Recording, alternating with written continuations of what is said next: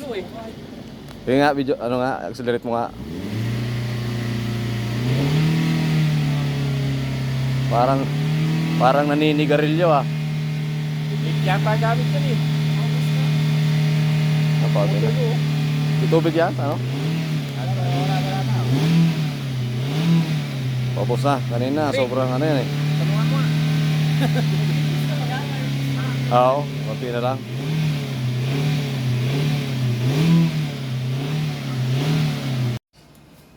Ito guys, may problema to guys.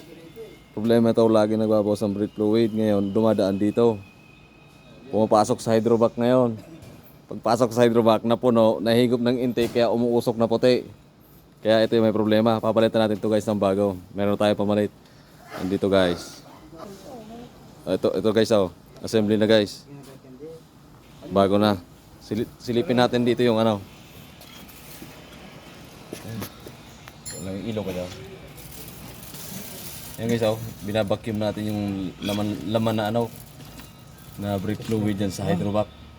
Ano, punong-puno, dami pa Pupuno pa yung lalagyan ng coke. Ayan guys, pag naayos na yan guys, ayusin na natin. Ayan guys yung galing dun sa loob pero marami na natanggal dyan guys.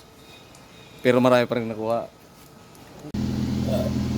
Ito guys, i-check natin guys kung wala nang usok yung ano. Galit natin ng brake master. Ito guys i-check natin kung wala nang usok yung pinalit natin ng bagong brake master.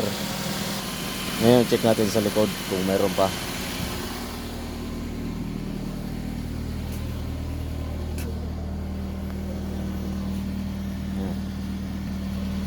Ayan guys wala nang usok.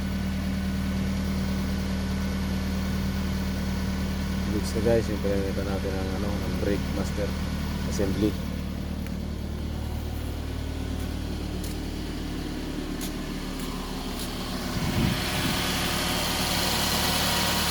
Bago na. Okay na guys. Pwede na ulit gamitin guys. Ulan guys, thank you guys.